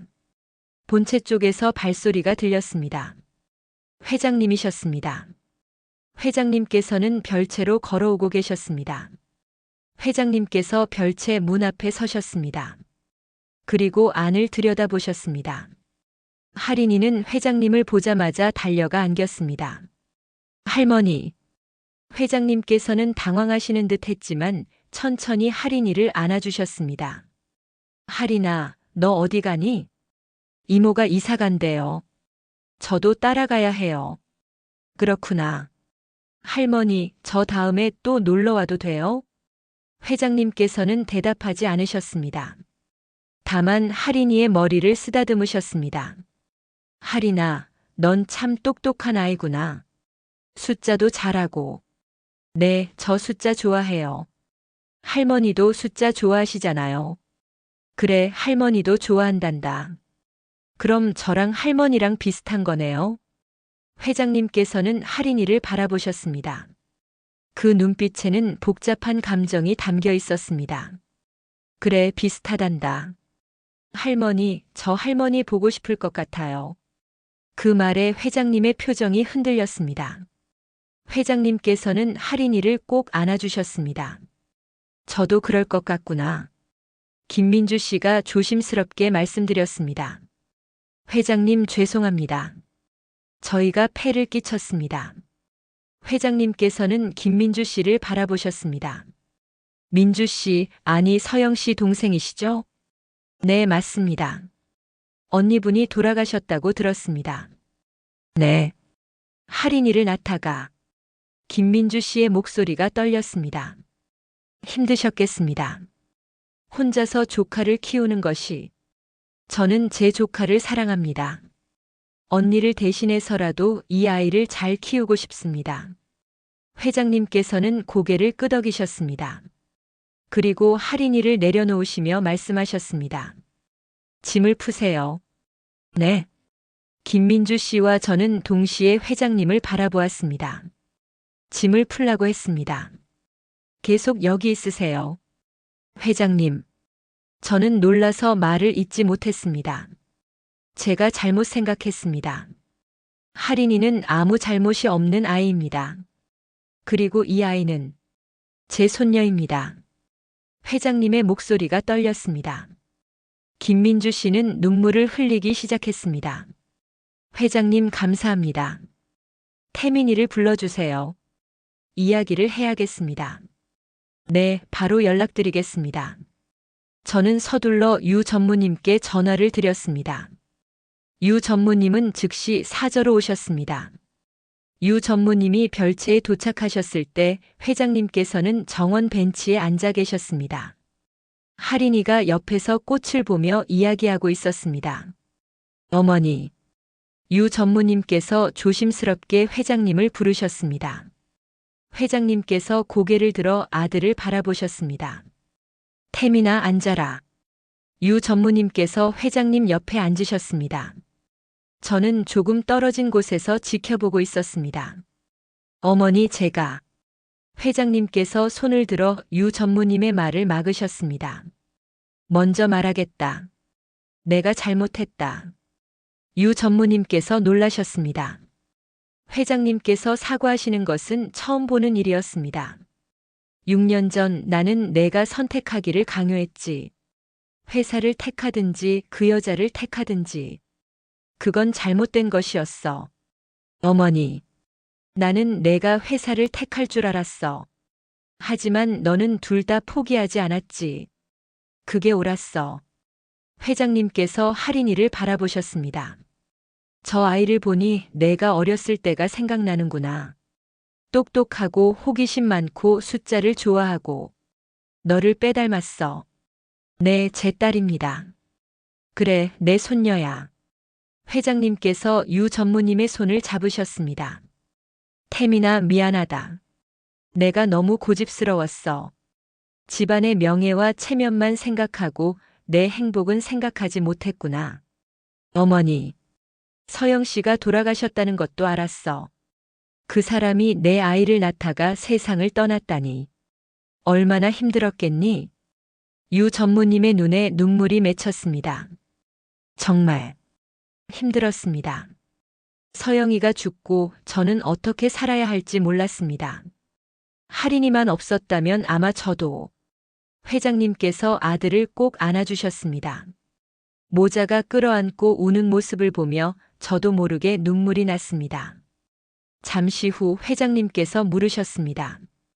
태민아, 할인이를 정식으로 우리 집안 사람으로 만들어야겠구나. 호적에도 올리고. 네, 어머니. 감사합니다. 그리고 민주 씨도. 그 사람이 6년 동안 할인이를 키워줬어. 우리 집안 사람으로 대접해야지. 어머니 정말 감사합니다. 유 전무님은 고개를 숙여 깊이 인사하셨습니다. 저는 그 광경을 보며 가슴이 뭉클했습니다. 30년 동안 단 한 번도 자신의 원칙을 굽히지 않았던 회장님이 손녀 앞에서 마음을 열으신 것이었습니다. 할인이가 회장님과 유 전무님에게 달려왔습니다. 할머니, 아저씨 왜 우세요? 아이는 아직 유 전무님을 아빠라고 부르지 못했습니다. 유 전무님은 할인이를 안아올리며 말씀하셨습니다. 할인아, 나는 아저씨가 아니야. 그럼 뭐예요? 나는 할인이 아빠야. 할인이의 눈이 커졌습니다. 정말요? 저한테도 아빠가 있어요? 그래, 너한테도 아빠가 있어. 바로 나야. 할인이는 잠시 유 전무님을 바라보다가 천천히 말했습니다. 아빠. 그래, 할인아. 유 전무님은 할인이를 꼭 안았습니다. 그리고 눈물을 흘리기 시작했습니다. 6년을 기다려온 순간이었습니다. 회장님께서도 눈물을 닦으시며 말씀하셨습니다.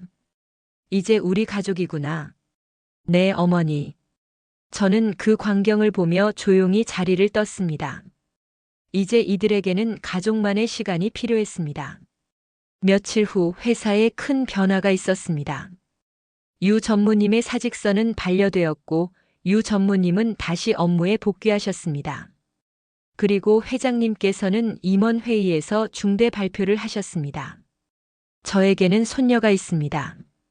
이하린 6살입니다. 태민이의 딸입니다. 회의실이 술렁였습니다. 모두가 놀라움을 감추지 못했습니다. 지금까지 숨겨왔던 것은 제 잘못입니다. 저는 집안의 체면과 명예만 생각하고 가족의 행복을 소홀히 했습니다. 하지만 이제는 달라질 것입니다. 할인이는 동인그룹의 정식 후계자 가족으로 인정받을 것이며 모든 권리와 혜택을 누릴 것입니다. 회장님의 목소리는 단호했습니다. 누구도 감히 반대하지 못했습니다. 회의가 끝난 후 저는 회장님을 찾아뵈었습니다. 회장님, 훌륭한 결정이셨습니다. 실장, 자네 덕분이네. 저는 아무것도 하지 않았습니다. 아니야. 자네가 옆에서 지켜봐줬기에 내가 용기를 낼 수 있었어. 고맙네. 저는 깊이 고개를 숙였습니다. 그런데 그날 오후 예상치 못한 방문객이 있었습니다. 한유정 변호사였습니다. 한 변호사는 회장님을 만나겠다며 사저를 방문했습니다. 저도 함께 자리했습니다. 한 변호사는 평소처럼 우아한 모습이었지만 그 눈빛에는 날카로움이 숨어 있었습니다. 회장님, 소식 들었습니다. 유 전무님께 딸이 있다고요. 그렇습니다. 그리고 그 아이의 어머니는 평범한 주방 보조였다고요. 그 사람은 평범하지 않았습니다. 착하고 성실한 사람이었죠. 한 변호사의 입가에 차가운 미소가 번졌습니다. 회장님, 실망스럽습니다. 회장님께서는 항상 원칙을 중요시하셨는데 이번에는 그 원칙을 스스로 깨셨군요. 원칙보다 중요한 것이 있다는 것을 깨달았습니다. 그게 뭡니까? 가족입니다. 한 변호사의 표정이 굳어졌습니다. 회장님, 그렇다면 저와 유 전무님의 약속은 어떻게 되는 겁니까? 저는 6년을 기다렸습니다. 회장님께서 저를 며느리로 낙점하셨기에 다른 제안들을 모두 거절하고 기다렸습니다. 그 점에 대해서는 미안하게 생각합니다. 하지만 태민이의 마음은 이미 정해져 있었습니다. 그래서 신분도 변변치 않은 여자와의 사이에서 낳은 아이를 인정하신다는 겁니까? 그 말에 회장님의 표정이 차갑게 변했습니다. 한 변호사, 말을 조심하시죠. 할인이는 제 손녀입니다. 손녀라고 해서 모든 것이 정당화되는 것은 아닙니다. 회장님께서는 동인그룹의 이미지를 생각하셔야 합니다. 재벌가의 후계자가 미혼모의 아이를 인정한다는 것이 어떤 의미인지 아십니까? 미혼모가 아닙니다. 태민이와 서영 씨는 법적으로 결혼했습니다. 그것은 사후에 꾸며낸 이야기일 뿐입니다. 실제로는 한 변호사, 회장님의 목소리가 서재를 울렸습니다. 저는 처음으로 회장님께서 이렇게 크게 화내시는 것을 보았습니다. 더 이상 참지 않겠습니다. 제 가족을 모욕하는 것을 용납하지 않겠습니다. 나가주십시오. 회장님, 나가라고 했습니다. 한 변호사는 창백한 얼굴로 일어났습니다. 그리고 마지막으로 차갑게 말했습니다. 후회하실 겁니다, 회장님. 이것은 동인그룹의 치명타가 될 것입니다. 그것은 제가 감수할 일입니다. 한 변호사는 더 이상 말하지 않고 서재를 나갔습니다. 저는 한 변호사를 현관까지 배웅했습니다. 현관에 도착했을 때 한 변호사가 저를 돌아보았습니다. 실장님도 이 결정이 옳다고 생각하십니까? 저는 잠시 망설였습니다. 하지만 솔직하게 대답했습니다. 네, 옳다고 생각합니다. 가족보다 중요한 것은 없습니다. 순진하시군요. 곧 현실을 깨닫게 되실 겁니다. 한 변호사는 그렇게 말하고 떠났습니다. 저는 그 뒷모습을 보며 불안한 마음이 들었습니다. 한 변호사의 말처럼 정말 동인그룹에 문제가 생기는 것은 아닐까요? 며칠 후 언론에 기사가 나기 시작했습니다. 동인그룹 후계자에게 숨겨진 딸이 있다는 내용이었습니다. 그리고 그 아이의 어머니가 평범한 배경의 여성이었다는 것도 함께 보도되었습니다. 회사는 난리가 났습니다. 주주들이 항의했고 언론은 연일 추측성 기사를 쏟아냈습니다. 회사 주가도 하락했습니다. 저는 회장님께 보고를 드렸습니다. 회장님은 침착하게 들으시더니 말씀하셨습니다. 예상했던 일입니다. 곧 진정될 것입니다. 하지만 회장님 주가는 일시적입니다. 중요한 것은 우리 가족이 행복한 것입니다. 회장님의 확신에 저도 조금 안심이 되었습니다. 그리고 회장님의 말씀대로 시간이 지나면서 상황은 진정되기 시작했습니다. 회장님께서는 기자회견을 열어 공식적으로 입장을 밝히셨습니다. 네, 손녀가 있습니다. 이하린 6살입니다. 사랑스럽고 똑똑한 아이입니다. 그 아이의 어머니는 안타깝게도 출산 중에 돌아가셨습니다. 저는 제 손녀를 자랑스럽게 생각하며 이 아이가 동인그룹의 일원으로 성장하기를 바랍니다. 회장님의 당당한 태도에 언론의 분위기가 바뀌기 시작했습니다. 오히려 회장님의 인간적인 모습을 칭찬하는 기사들이 나왔습니다. 철의 여인이 손녀 앞에서는 다정한 할머니가 된다는 내용이었습니다. 주가도 다시 회복되었습니다. 오히려 회장님의 솔직한 태도가 긍정적으로 평가받았습니다. 한 달쯤 지났을 때 회장님께서 큰 행사를 준비하셨습니다. 유 전무님과 고인이 된 서영 씨를 위한 추모식이었습니다. 그리고 그 자리에서 할인이를 정식으로 가족으로 소개하는 자리였습니다. 행사는 회장님 사저 정원에서 열렸습니다. 회사 임원들과 주요 인사들이 초대되었습니다. 저도 행사 준비를 도왔습니다. 행사 당일 정원은 아름답게 꾸며져 있었습니다. 하얀 꽃들이 가득했고 중앙에는 서영 씨의 사진이 놓여 있었습니다. 저는 처음으로 서영 씨의 얼굴을 보았습니다. 평범하지만 따뜻한 미소를 가진 여성이었습니다. 할인이는 예쁜 드레스를 입고 있었습니다. 김민주 씨가 아이의 머리를 단정하게 빗겨주고 있었습니다. 할인아, 긴장되니? 아니요, 이모. 저 괜찮아요. 하지만 할인이의 손은 약간 떨리고 있었습니다. 저는 할인이에게 다가가 말했습니다. 할인이, 오늘은 특별한 날이야. 내가 정식으로 우리 가족이 되는 날이지. 네, 알아요. 아빠가 그러셨어요. 할인이는 방긋 웃었습니다. 그 웃음이 너무나 순수해서 저도 미소를 지었습니다. 행사가 시작되었습니다. 회장님께서 먼저 인사말을 하셨습니다. 오늘 이 자리에 모여주신 여러분께 감사드립니다. 오늘은 제게 매우 특별한 날입니다. 제 손녀 이하린을 여러분께 소개하는 날이기도 하고 고인이 된 며느리 강서영 씨를 추모하는 날이기도 합니다. 회장님의 목소리는 떨렸지만 단호했습니다. 저는 평생 회사를 위해 살아왔습니다. 가족보다 일을 우선시했고 개인적인 감정보다 원칙을 중요하게 생각했습니다. 하지만 그것이 옳은 것만은 아니었다는 것을 깨달았습니다. 회장님은 할인이를 보셨습니다. 저 아이를 만나고 나서 저는 제가 놓쳤던 것들을 보게 되었습니다. 손녀의 웃음, 아들의 행복, 그리고 가족의 소중함을요. 회장님께서는 잠시 말을 멈추고 눈물을 닦으셨습니다. 강서영 씨는 제가 만나보지 못했습니다. 하지만 그분이 제 아들을 사랑했고 제 손녀를 세상에 남기고 떠났다는 것을 압니다. 그분께 감사하고 죄송합니다. 살아계셨다면 제대로 대접해드리지 못한 것을 사과드립니다. 모든 사람들이 숙연해졌습니다. 회장님의 진심이 느껴졌기 때문입니다. 이제 하린이는 동인그룹의 공식적인 가족입니다.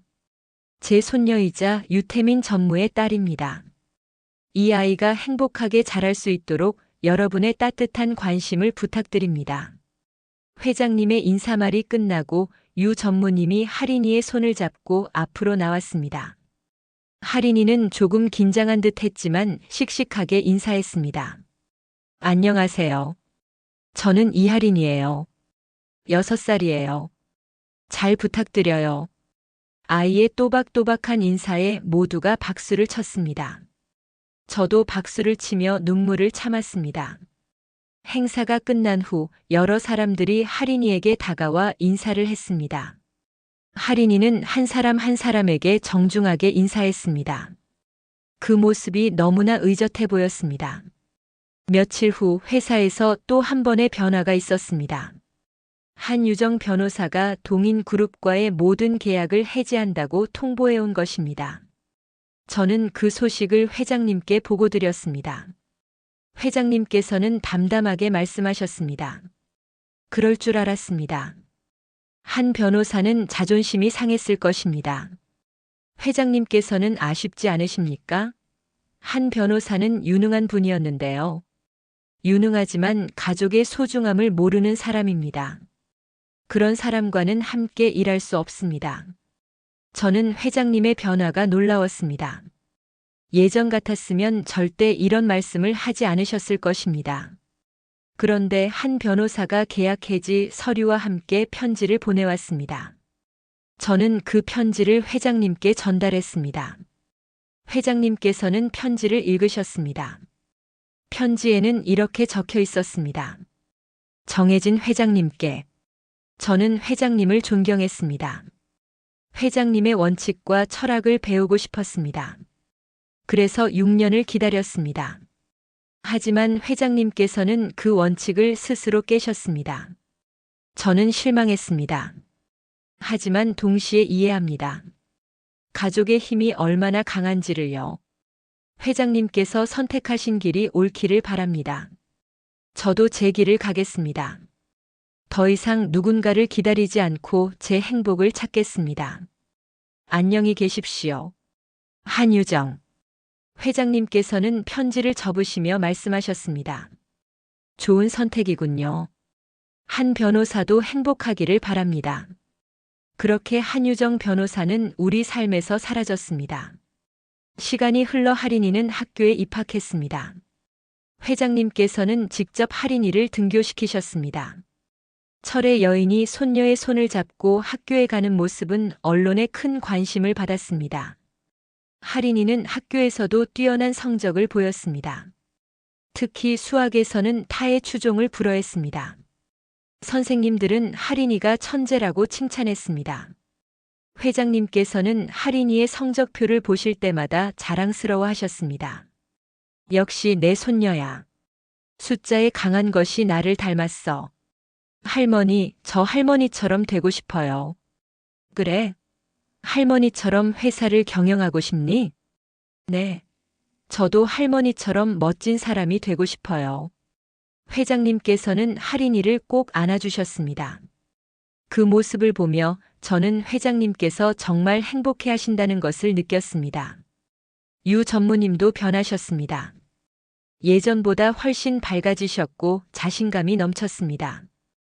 회사에서도 더욱 적극적으로 일하셨고 직원들의 신뢰도 두터워졌습니다.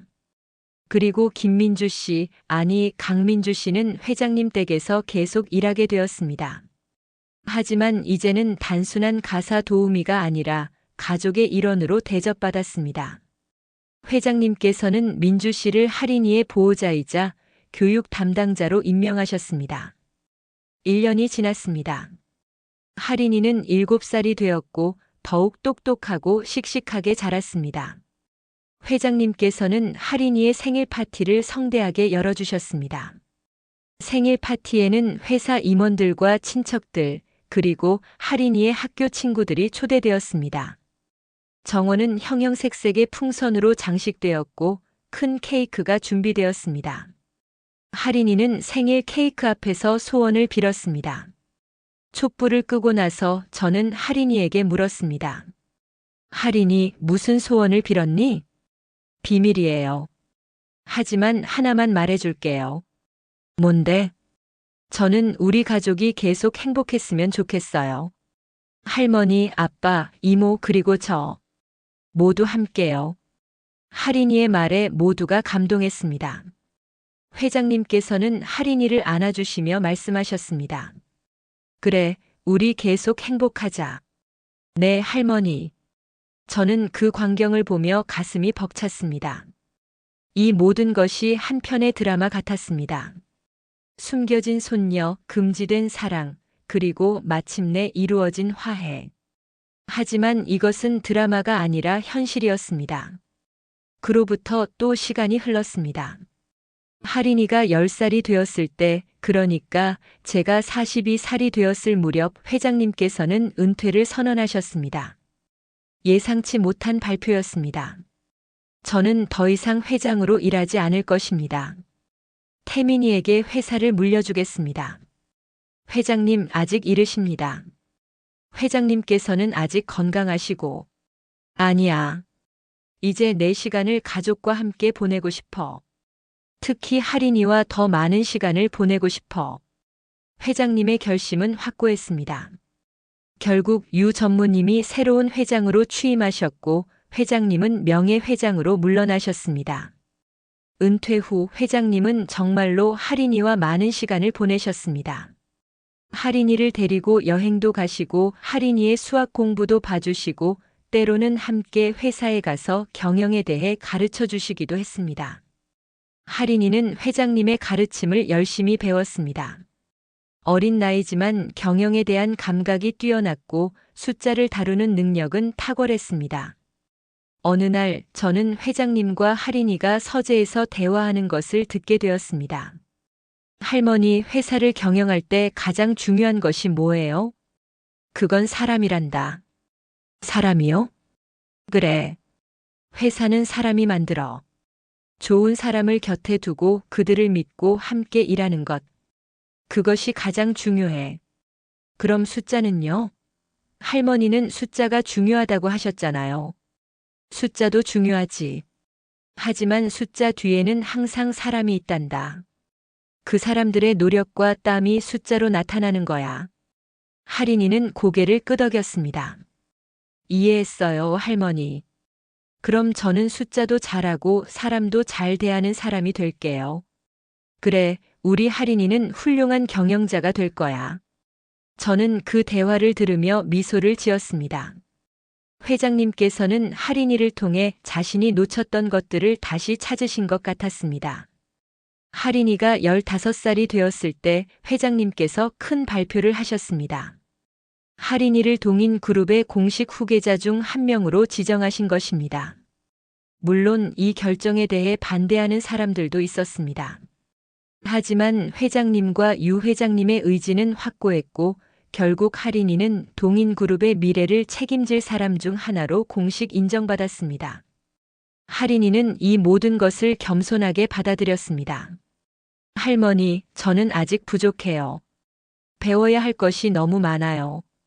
그래, 천천히 배워가면 돼. 할머니가 옆에서 도와줄게. 감사합니다, 할머니. 할인이가 18살이 되었을 때 명문대에 합격했습니다. 경영학을 전공하기로 했습니다. 회장님께서는 할인이의 입학식에 직접 참석하셨습니다. 입학식이 끝나고 할인이는 회장님께 말했습니다. 할머니, 저 열심히 공부해서 할머니 같은 사람이 될게요. 내가 나보다 더 나은 사람이 되기를 바란다. 나는 많은 실수를 했어. 가족보다 일을 우선시했고 원칙에 너무 얽매여서 소중한 것들을 놓쳤지. 너는 나의 실수를 반복하지 말거라. 네, 할머니. 저는 할머니의 장점은 배우고 단점은 피하도록 노력할게요. 회장님께서는 할인이를 꼭 안아주셨습니다. 할인이야, 너를 만나서 정말 행복했어. 내가 내 인생을 바꿔놓았단다. 저도요, 할머니. 할머니를 만나서 제 인생이 바뀌었어요. 그로부터 4년 후 할인이는 대학을 우수한 성적으로 졸업했습니다. 그리고 동인그룹에 정식으로 입사했습니다. 평사원으로 시작해서 회사의 모든 부서를 돌며 경험을 쌓기 시작했습니다. 할인이는 다른 직원들과 똑같이 대우받기를 원했습니다. 특혜를 받지 않고 자신의 실력으로 인정받고 싶어 했습니다. 회장님과 유 회장님도 할인이의 뜻을 존중하셨습니다. 할인이는 회사에서 빠르게 두각을 나타냈습니다. 숫자에 강했고 사람들과 소통하는 능력도 뛰어났으며 무엇보다 겸손하고 성실했습니다. 직원들은 할인이를 진심으로 존경했습니다. 5년이 지났습니다. 할인이는 이제 27살이 되었고 동인그룹의 이사로 임명되었습니다. 가장 젊은 이사였지만 누구도 그것을 문제 삼지 않았습니다. 할인이의 능력은 이미 증명되었기 때문입니다. 그리고 그해 가을 회장님께서 편찮으셨습니다. 갑작스러운 일이었습니다. 회장님께서는 병원에 입원하셨고 가족들이 모두 모였습니다. 저도 병원으로 달려갔습니다. 병실에는 유 회장님, 민주 씨, 그리고 할인이가 있었습니다. 할인이는 회장님의 손을 잡고 눈물을 흘리고 있었습니다. 할머니, 괜찮으시죠? 곧 나으실 거죠? 회장님께서는 힘없이 웃으시며 할인이의 머리를 쓰다듬으셨습니다. 할인아, 할머니는 이제 많이 늙었단다. 할 일은 다 했어. 할머니, 그런 말씀 하지 마세요. 할인아, 들어보렴. 할머니가 너에게 해줄 말이 있단다. 네, 할머니. 너는 할머니의 자랑이야. 내가 태어나지 않았다면 할머니는 평생 외롭고 차가운 사람으로 살다 갔을 거야. 하지만 너를 만나고 할머니는 행복이 뭔지 알게 되었어. 할머니. 회사도 중요하지만 가족이 더 중요하단다. 돈도 중요하지만 사랑이 더 중요하지. 할머니는 너무 늦게 그것을 깨달았어. 하지만 너는 처음부터 그것을 알고 있었지. 할인이는 울음을 참으며 고개를 끄덕였습니다. 할머니, 저 할머니 가르침 잊지 않을게요. 좋은 사람이 될게요. 넌 이미 좋은 사람이야, 할인아. 회장님께서는 유 회장님을 바라보셨습니다. 태민아, 너도 고생 많았다. 용서해주지 못해서 미안했어. 어머니, 이미 다 용서했습니다. 그리고 감사합니다. 어머니께서 할인이를 받아주셔서. 할인이는 내 인생 최고의 선물이야. 회장님께서는 민주 씨를 보셨습니다. 민주 씨, 고마웠어요. 할인이를 잘 키워줘서. 민주 씨는 눈물을 흘리며 대답했습니다. 회장님, 감사합니다. 저희를 가족으로 받아주셔서. 우리는 가족이에요. 회장님께서는 저를 보셨습니다. 실장, 아니, 이제는 부회장이라고 불러야겠군. 자네도 수고 많았네. 회장님, 영광이었습니다. 나는 운이 좋았어. 좋은 사람들을 만났으니까. 회장님의 목소리가 점점 작아졌습니다. 하지만 회장님의 얼굴에는 평화로운 미소가 있었습니다. 할인아, 마지막으로 한 가지만 더 말해줄게. 네, 할머니. 숫자는 거짓말을 안 한단다. 항상 답이 똑같지. 그 말을 듣는 순간 할인이는 눈물을 쏟아냈습니다. 그것은 할인이가 어렸을 때 회장님께 했던 말이었습니다. 그 말로 인해 회장님께서 할인이를 알아보게 되었고 모든 것이 시작되었습니다. 네, 할머니. 숫자는 거짓말을 안 해요. 그리고 할머니의 사랑도 거짓말이 아니에요. 그래, 할머니는 너를 정말 사랑한단다.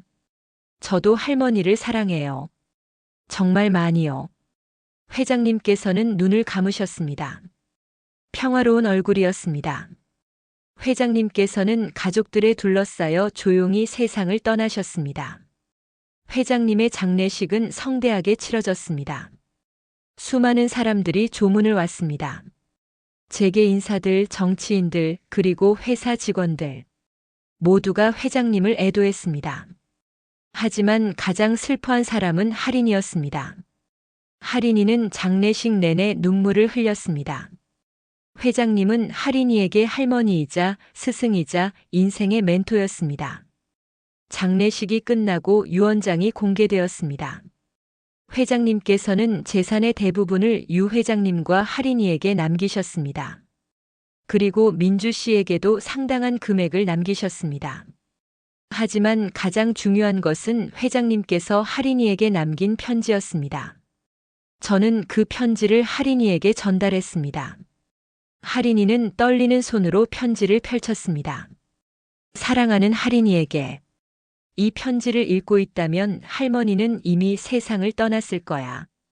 슬퍼하지 마라. 할머니는 행복했단다. 너를 만나기 전 할머니는 차갑고 외로운 사람이었어. 회사만이 전부였고 사람들을 믿지 못했지.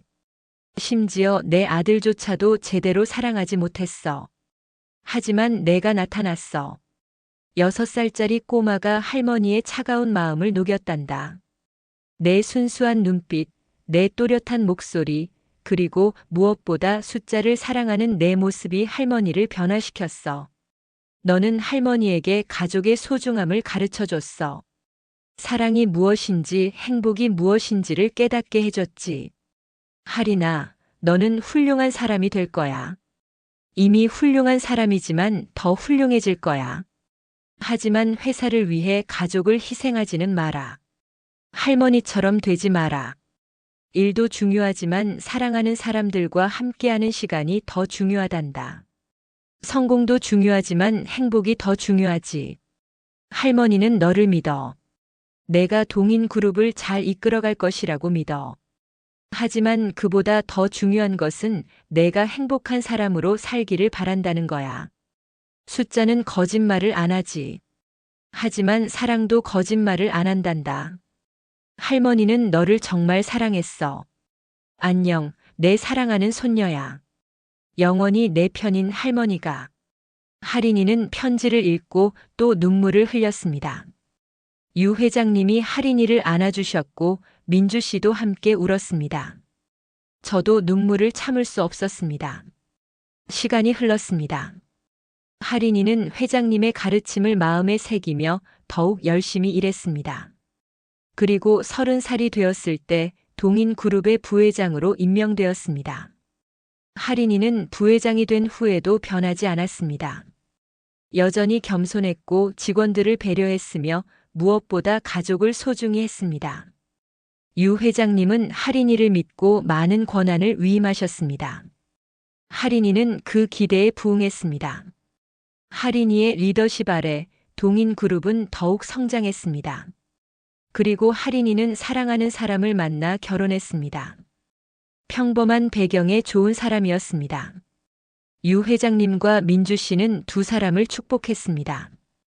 결혼식 날 할인이는 회장님의 사진 앞에 서서 말했습니다. 할머니, 저 행복해요. 할머니께서 가르쳐 주신 대로 살고 있어요. 일도 중요하게 생각하지만 사랑하는 사람들을 더 소중히 하고 있어요. 할인이는 눈물을 닦으며 미소 지었습니다. 할머니 감사해요. 할머니 덕분에 저는 이렇게 행복할 수 있어요. 그로부터 2년 후 할인이는 아이를 낳았습니다.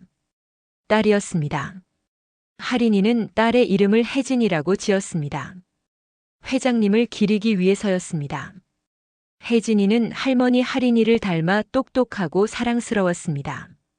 그리고 증조 할머니 정혜진 회장님처럼 숫자를 좋아했습니다. 어느 날 3살이 된 혜진이가 할인이에게 물었습니다. 엄마, 숫자는 왜 이렇게 재미있어요? 할인이는 딸을 안아주며 대답했습니다. 왜냐하면 숫자는 거짓말을 안 하거든. 항상 답이 똑같잖아. 그 말을 하면서 할인이는 회장님을 떠올렸습니다. 그리고 자신이 6살이었을 때 회장님께 했던 바로 그 말을 생각했습니다. 그 말 한마디가 모든 것을 바꿨습니다. 차가웠던 회장님의 마음을 녹였고 가족을 하나로 만들었으며 할인이의 인생을 완전히 바꿔놓았습니다. 할인이는 혜진이에게 말했습니다. 혜진아, 엄마가 너에게 해줄 이야기가 있어. 엄마의 할머니에 대한 이야기야. 그분은 정말 훌륭한 분이셨어. 처음에는 차갑고 무서워 보였지만 사실은 누구보다 따뜻한 마음을 가지신 분이었어. 혜진이는 엄마의 이야기를 들으며 눈을 반짝였습니다. 그 할머니가 바로 너의 증조 할머니야. 내 이름도 그분의 이름에서 따온 거야. 혜진이. 혜진이는 자랑스러운 표정으로 말했습니다. 와, 저도 증조 할머니처럼 멋진 사람이 되고 싶어요. 할인이는 딸을 꼭 안아주며 말했습니다. 너는 이미 멋진 아이야. 그리고 증조 할머니께서 하늘에서 너를 지켜보고 계실 거야. 정말요? 응, 정말이야. 할인이는 창밖을 바라보았습니다. 푸른 하늘이 보였습니다. 그 하늘 어딘가에서 회장님께서 미소 짓고 계실 것 같았습니다. 그날 저녁 저는 은퇴를 앞두고 마지막으로 할인이 부회장을 만났습니다. 저도 이제 65이 되어 은퇴할 때가 되었습니다. 27년이라는 긴 세월이 흘렀습니다. 실장님, 아니 이제는 명예부회장님이라고 불러야겠네요.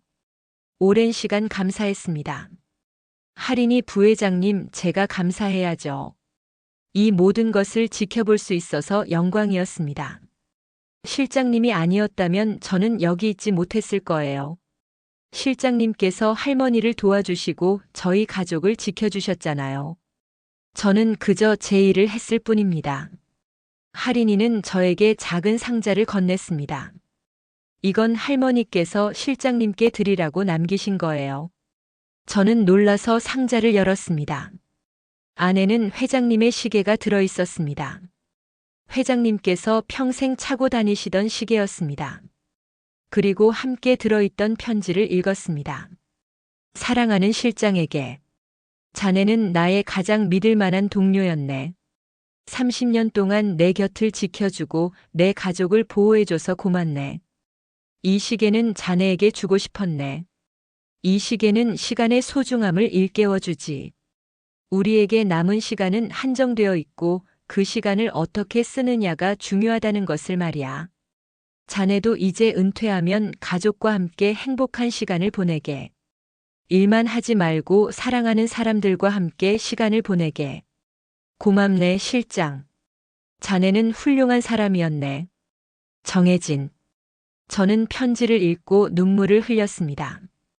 회장님께서는 마지막까지 다른 사람들을 배려하셨습니다. 부회장님 감사합니다. 이 시계를 소중히 간직하겠습니다. 실장님도 행복하세요. 그리고 가끔 저희를 만나러 오세요. 네, 그러겠습니다. 그렇게 저의 긴 여정도 끝이 났습니다.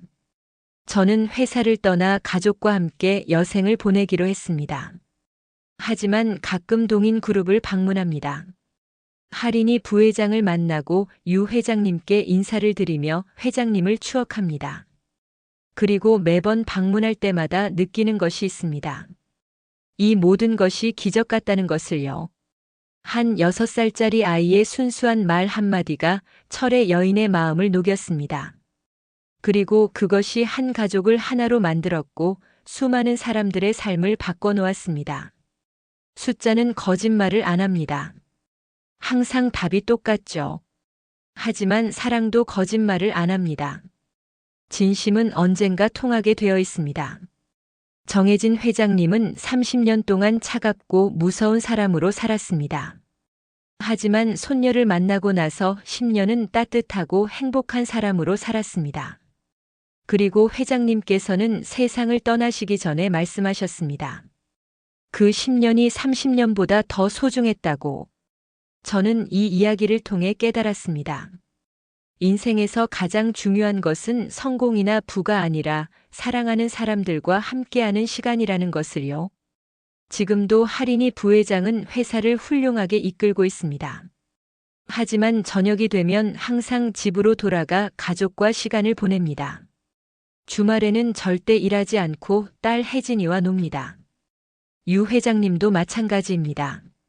일도 중요하지만 가족이 더 중요하다는 것을 알고 계십니다. 그리고 민주 씨는 이제 동인그룹의 교육이사로 일하고 계십니다. 평범한 배경에서 시작했지만 노력과 성실함으로 인정받았습니다. 모두가 행복합니다. 그리고 그 행복의 시작은 회장님께서 용기를 내어 손녀를 받아들이신 그 순간이었습니다. 저는 이제 65살입니다. 38배 시작한 이 이야기가 27년이 흘러 지금에 이르렀습니다. 머리도 희끗희끗해졌고 걸음도 느려졌습니다. 하지만 제 마음은 평화롭습니다. 제가 살아온 거의 40년에 가까운 회사 생활 동안 가장 값진 경험은 이 가족의 이야기를 지켜본 것이었습니다. 숨겨진 손녀, 금지된 사랑, 철의 여인의 변화, 그리고 마침내 이루어진 해피엔딩. 이 모든 것이 진짜 일어난 일입니다. 저는 그 모든 순간을 옆에서 지켜봤습니다. 그리고 지금 저는 이 이야기를 여러분께 들려드립니다. 혹시 여러분 중에서도 원칙과 감정 사이에서 고민하시는 분이 계신다면 이 이야기가 도움이 되길 바랍니다. 때로는 원칙을 굽히는 것이 옳을 때도 있습니다. 특히 그것이 사랑하는 사람을 위한 것이라면요. 정혜진 회장님께서는 30년간 지켜온 원칙을 손녀 앞에서 내려놓으셨습니다. 그리고 그것이 회장님 인생 최고의 결정이었습니다. 저도 이제 회사를 떠나 가족과 함께 시간을 보냅니다. 회장님께서 주신 시계를 보며 남은 시간을 소중히 사용하려고 노력합니다. 일도 중요합니다. 성공도 중요합니다. 하지만 그것들이 전부는 아닙니다. 사랑하는 사람들의 웃음소리, 따뜻한 포옹, 함께 나누는 식사. 이런 것들이 진짜 중요한 것들입니다. 하린이가 6살 때 했던 말을 저도 이제 이해합니다. 숫자는 거짓말을 안 합니다. 항상 답이 똑같죠. 하지만 사랑도 거짓말을 안 합니다. 진심은 반드시 통합니다. 여러분도 사랑하는 사람들에게 진심을 전하세요. 너무 늦기 전에요. 회장님께서 가장 후회하셨던 것은 아들을 충분히 사랑하지 못한 것이었습니다. 하지만 다행히 손녀를 통해 그 후회를 만회할 수 있었습니다. 우리에게도 기회가 있습니다. 지금 이 순간 사랑하는 사람들에게 사랑한다고 말할 수 있습니다. 저는 이 긴 이야기를 마치며 여러분께 한 가지만 당부드리고 싶습니다. 원칙도 중요하지만 사랑이 더 중요합니다. 성공도 중요하지만 행복이 더 중요합니다. 일도 중요하지만 가족이 더 중요합니다. 이것이 제가 40년 가까이 동인 그룹에서 일하며 배운 가장 큰 교훈입니다. 그리고 이것이 정혜진 회장님께서 마지막으로 저희에게 남기신 가르침입니다. 지금도 하린이 부회장의 사무실에는 회장님의 사진이 걸려 있습니다. 그 사진 속 회장님은 미소를 짓고 계십니다. 하린이를 안고 있는 회장님의 모습입니다. 그 사진을 볼 때마다 저는 생각합니다. 회장님께서 정말 행복하셨을 거라고. 30년간의 차가운 성공보다 10년간의 따뜻한 사랑이 회장님을 더 행복하게 만들었을 거라고. 여러분도 행복하시길 바랍니다. 그리고 여러분의 삶에도 하린이 같은 사람이 나타나서 여러분의 차가운 마음을 녹여주길 바랍니다. 감사합니다. 긴 이야기를 끝까지 들어주셔서 감사합니다. 이것이 제가 겪은 그리고 제가 지켜본 진짜 이야기입니다. 27년이라는 긴 시간 동안 펼쳐진 이야기입니다. 숫자는 거짓말을 안 합니다. 그리고 이 이야기도 거짓말이 아닙니다. 38살에 이 이야기를 시작했고 이제 65살이 된 남자 전직 동인 그룹 비서실장이었던 사람의 진심 어린 고백이었습니다. 영상이 재미있으셨다면 구독과 좋아요, 댓글까지 부탁드리고 오늘도 건강하고 행복한 하루 되시길 바랍니다.